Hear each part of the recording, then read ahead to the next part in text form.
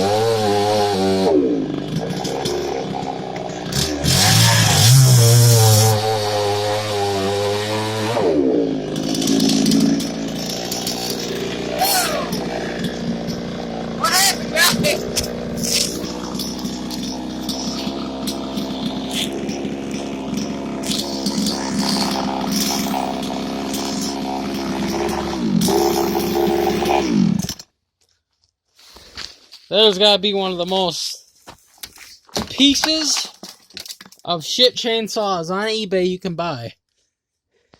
The clutch sucks. It has no power. It's boggy. I've tried adjusting the mixture on there. That goddamn thing is a piece of crap.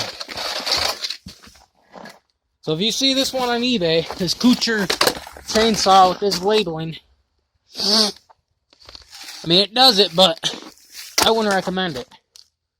I think the thing's a piece of crap. Alright. Give me all the negative comments you want. Tell me I'm gonna cut my feet off and all the shit. Come on, guys. See you later.